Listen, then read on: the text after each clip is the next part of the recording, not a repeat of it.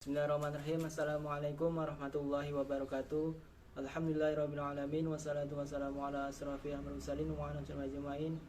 Allahumma salli ala sayyidina Muhammad wa sallam Muhammad. Baiklah, saya Nasrullah, jurusan Ilmu Hukum semester 8. Di sini saya ingin mempresentasikan ujian komprehensif saya, yaitu pengantar hukum Islam. Soal pertama yaitu perkataan Islam dalam bentuk masdar dari kata aslama yuslimu islaman. Jelaskan pengertian Islam, arti dan maknanya.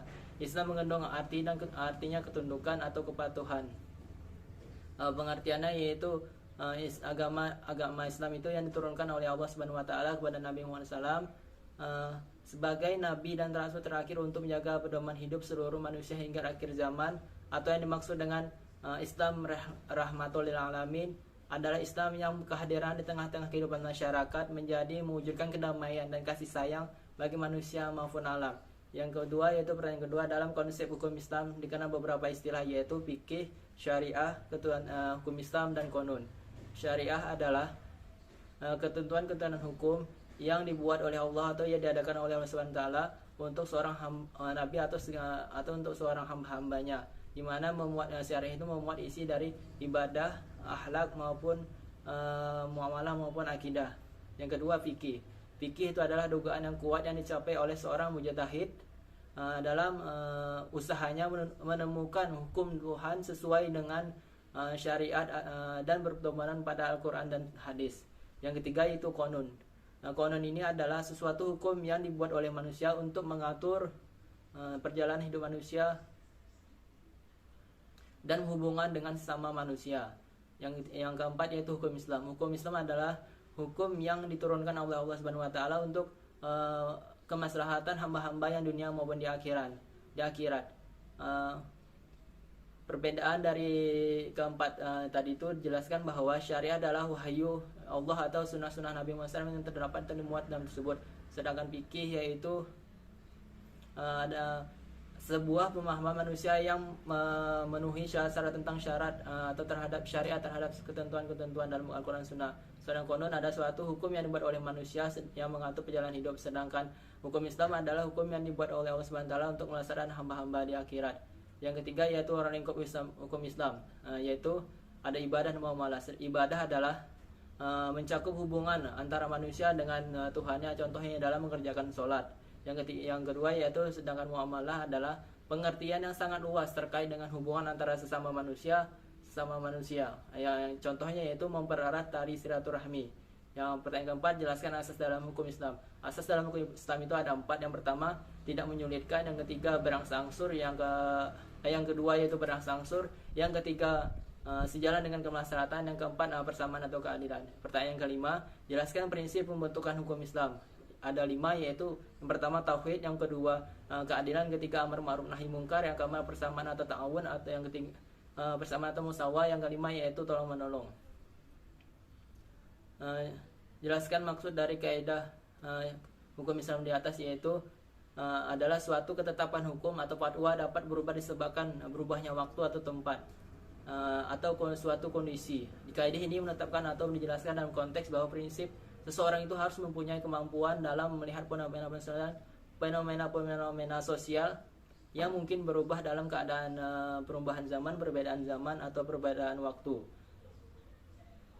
Pertanyaan ke-7, jelaskan maksud dari kaidah hukum tersebut yang menjelaskan bahwa mencegah kerusakan harus diupayakan lebih dahulu daripada upaya mendapatkan manfaat.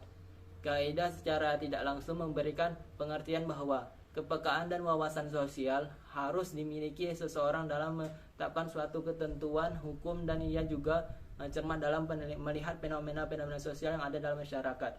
Yang ke-8 yaitu pembentukan hukum Islam memiliki tujuan untuk kemaslahatan manusia dengan menjamin kebutuhannya, yaitu kebutuhan primer, daruriyah, kebutuhan sekunder, hajiyah, dan serta kebutuhan pelengkap, yaitu kebutuhan tasiniyah. Pertama, kebutuhan daruriyah itu kebutuhan primer, di mana kebutuhan primer ini adalah kebutuhan yang paling utama, atau di mana kebutuhan ini paling penting dalam kebutuhan dalam suatu hukum Islam, di mana kebutuhan ini apabila tidak dikerjakan atau tidak dibutuhkan maka mendapat ancaman, yaitu contohnya agama. Yang kedua, kebutuhan sekunder. Kebutuhan sekunder adalah setelah kebutuhan dari primer. Apabila kebutuhan sekunder itu tidak terpenuhi, tidak apa-apa atau tidak mengancam, tetapi mendapatkan kesulitan. Contohnya dalam mengerjakan sholat. Yang ketiga yaitu kebutuhan tahsiniyah atau kebutuhan pelengkap, di mana kebutuhan ini tidak mengancam kedua kebutuhan serta tidak menimbulkan kesulitan dari manusia. Kebutuhan ini muncul sebab kebutuhan dua tadi terpenuhi. Kebutuhan ini contohnya yaitu memakai pakaian dalam mengerjakan sholat. Yang kesembilan yaitu definisi al-maqsid asy-syariah dan pembagiannya. Al-maqsid syariah adalah kebutuhan hidup secara primer dalam kepustakaan hukum Islam, yaitu ada 5, yaitu al-hafiz ad-din memelihara agama, al-hafiz an-nafs memelihara jiwa, al-hafiz al-aqal memelihara akal, al-hafiz al-nas memelihara keturunan, dan yang terakhir al-hafiz al-amal memelihara hak milik dan harta. Yang ke-10 jelaskan sumber yang sepakati jumhur ulama Islam.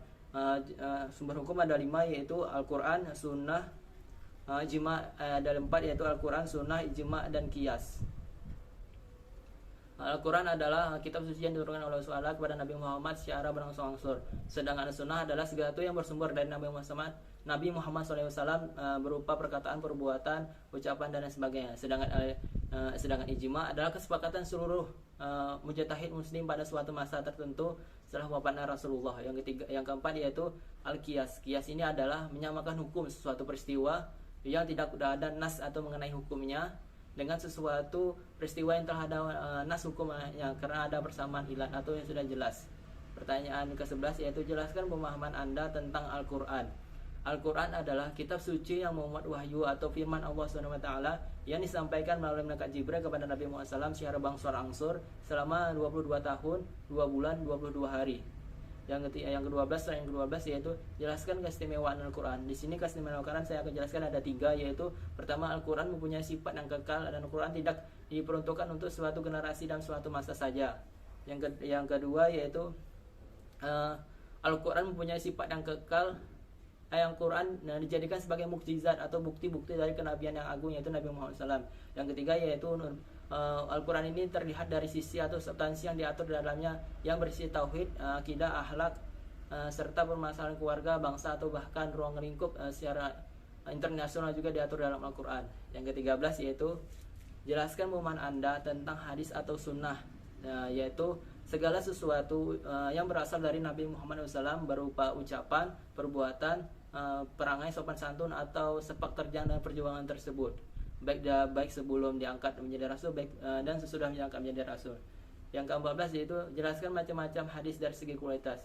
Ada 4, yaitu hadis sahih, hadis hasan, hadis dhaif dan hadis maudhu. Di mana hadis hasan itu rawi matanya bersambung dan perawinya itu memiliki keingatan yang sangat kuat. Sedangkan hadis hasan adalah hadis hampir sama dengan hadis sahih, kecuali dalam daya ingatannya perawi yang tidak sebanding dengan perawi hadis sahih. Sedangkan hadis dhaif adalah sanad tidak bersambung secara umum, dan hadis dhaif ini dinilai sebagai sumber yang paling lemah.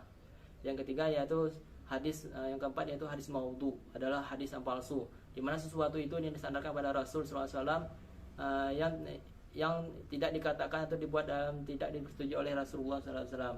Yang ke-15 yaitu jelaskan pemahaman Anda tentang ijma'. Ijma' adalah ketetapan seluruh mujtahid muslim pada suatu masa tertentu setelah wafatnya Rasulullah untuk menemukan hukum-hukum Islam yang berpedoman kepada Al-Quran dan Sunnah. 16 yaitu jelaskan pemahaman Anda tentang qiyas. Qiyas yaitu menyamakan hukum satu peristiwa yang tidak ada nas atau dalilnya dengan suatu peristiwa yang telah ada nas atau hukumnya karena adanya persamaan ilat. Contohnya yaitu menentukan halal haramnya narkotika yang tidak jelaskan dalam nas atau dalil. Yang ke-17 yaitu jelaskan sumber hukum Islam. Yang pertama, sumber hukum Islam yang pertama al-uruf, yaitu suatu yang setiap saat ini karena manusia merupakan suatu kebiasaan atau disebut dengan ada kebiasaan. Yang kedua yaitu masalah mursalah, yaitu memberikan hukum syara kepada hukum sesuatu atau kasus yang tidak terdapat dalam nas atau ijma'. Contohnya itu mengumpulkan Al-Quran beberapa mushaf.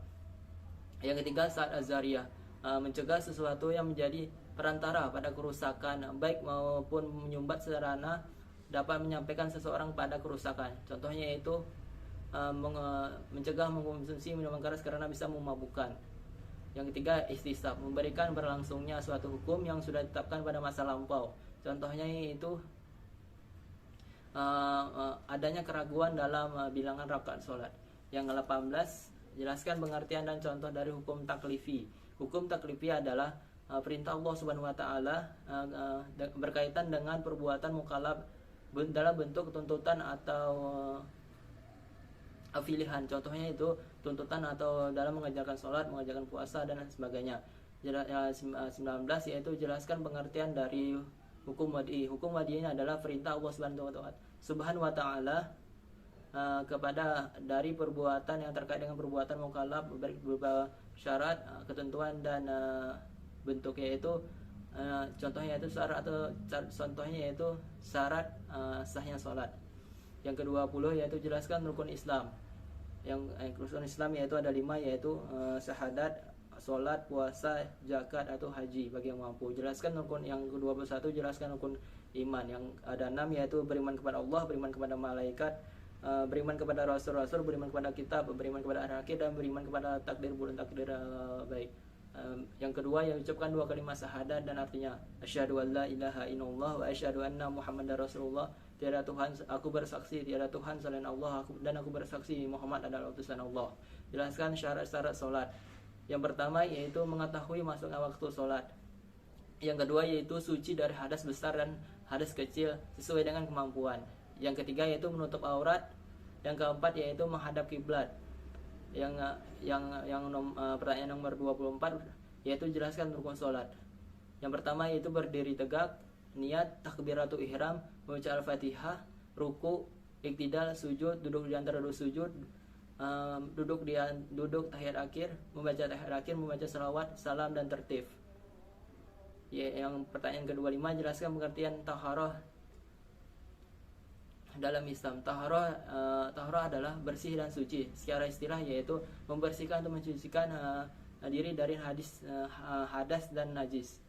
Yang ke-25 jelaskan 26 jelaskan konsep air dalam air. Yang pertama yaitu air mutlak. Air mutlak ini adalah air yang dapat digunakan dalam bersuci. Contohnya air sungai, air laut, air sumur. Yang ketiga yaitu air mustakmal. Air mustakmal adalah air yang sudah digunakan untuk menghilangkan hadas besar maupun hadas kecil. Contohnya itu air bekas wudu atau mandi besar sebagai air disebut dengan sebagai air mustakmal. Yang ketiga air yang bercampur dengan benda suci yaitu air yang sudah mengalami perubahan sifatnya karena disebabkan bercampur dengan barang suci yang lain. Contohnya itu bercampur dengan tepung atau bercampur dengan sabun. Yang ketiga yaitu air yang bercampur dengan najis, air mutanajis. Contohnya itu kejatuhan kotoran tikus di dalam air tersebut.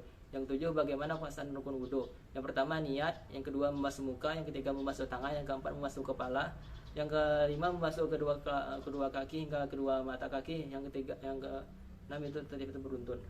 Yang ke-28 yaitu bagaimana konsep tata cara tayamun. Tayamun merubah bahasa yaitu bersengaja atau bermaksud. Tata caranya yaitu pertama menempelkan kedua telapak tangan pada tanah lalu diusapkan ke muka dengan niat untuk mengerjakan sholat, yaitu niatnya nawaitu liistibatis sholatan fardu, nawaitu tayamun istibasti sholati fardu lillahi ta'ala. Jelaskan ayat tentang zakat yang kamu tahu. Wa aqimus sholat wa atuz zakat wa zalika dinul qayyimah. Dirikanlah sholat, tunaikanlah zakat, itulah agama yang lurus, itulah agama yang benar. Yang ke-30 yaitu jelaskan harta-harta yang dizakatkan. Yang pertama emas, perak, uang. Yang kedua perdagangan atau perusahaan. Yang ketiga hasil pertanian, perkebunan atau perikanan. Yang keempat hasil pertambangan. Yang keenam yaitu hasil pendapatan dan jasa. Yang ketujuh yaitu rikas. Yang keenam yaitu rikas. Jelaskan perbedaan antara hibah dan wasiat. Perbedaan antara hibah dan wasiat ditentukan oleh waktunya. Hibah itu dilaksanakan apabila pelaku belum meninggal, sedangkan hibah sebelum pelaku wasiat adalah dilaksanakan pada sesudah pelaku sudah meninggal. Jelaskan hukum puasa. Hukum puasa yang ke-32 yaitu jelaskan hukum puasa. Hukum puasa itu ada 2 yaitu niat dan menahan diri dari yang membatalkan pada waktu azan subuh sampai azan maghrib. Yang ketiga jelaskan perbedaan umroh dan haji. Haji dilakukan pada waktu tertentu, sedangkan umroh dilakukan sepanjang tahun. Yang 34 yaitu jelaskan perkembangan teori pemberlakuan hukum Islam di Indonesia.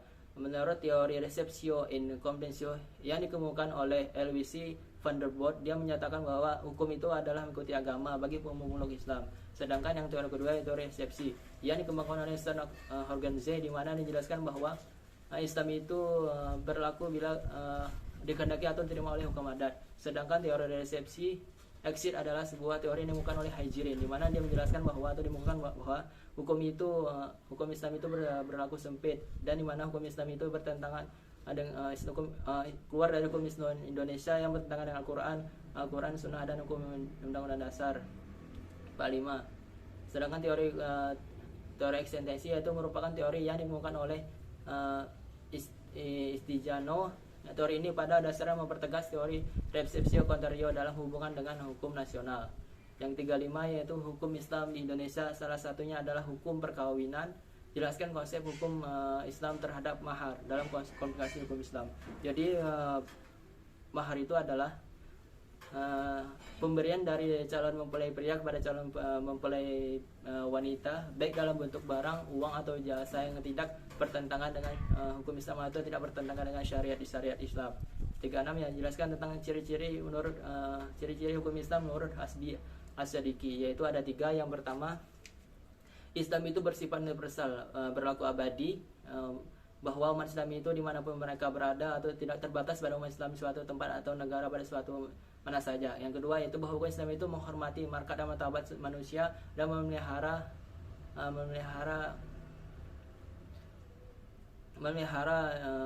kemuliaan manusia. Kemanusiaan. Yang ketiga yaitu pelaksanaan adalah dengan bentuk keimanan, akidah, atau akhlaknya. Yang ke-37 jelaskan bagaimana tentang komplikasi hukum Islam. Berdasarkan Impres nomor 1 tahun 1991 tanggal 10 Juni 1991 Peraturan Menteri 1991, yaitu hukum Islam itu dapat berlaku secara nasional yang ditetapkan oleh masyarakat atau pengadilan agama, hakim-hakim untuk menetapkan putusan-putusan yang disebut dengan komplikasi Islam yang berisi tentang perkawinan, kewarisan, atau perwakapan, dengan pengajian kitab-kitab fikih dengan para ulama dan sebagainya. Sedangkan 8 jelas tentang arbitrase syariah. Arbitrase syariah yaitu kewenangan arbitrase hanya pada penyelesaian sengketa yang berkaitan dengan wilayah privat atau hukum perorangan, karena secara hukum seseorang itu memiliki hak untuk menentukan tuntutan atau kemanfaatan hukum, di mana sedangkan sengketa yang termasuk dalam hak umat atau hak Allah itu tidak termasuk dalam kewenangan arbitrasi syariah. Yang ke-39 yaitu jelaskan tentang posisi fatwa dalam hukum Islam Indonesia, di mana fatwa itu adalah menjelaskan hukum syara tentang suatu masalah. Fatwa itu mempunyai kedudukan yang paling penting dalam Islam, di mana fatwa itu fatwa ketetapan ulama itu dipandang menjadi salah satu alternatif untuk mencegah suatu kebekuan dari hukum Islam atau perkembangan hukum Islam.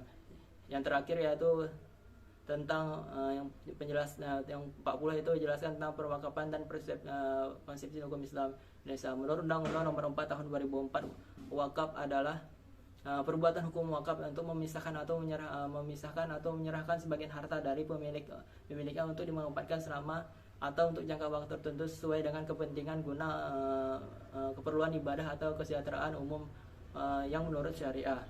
Baiklah, itulah penjelasan dari ujian komprehensif saya hari ini. Lebih dan kurang saya mohon maaf. Assalamualaikum warahmatullahi wabarakatuh.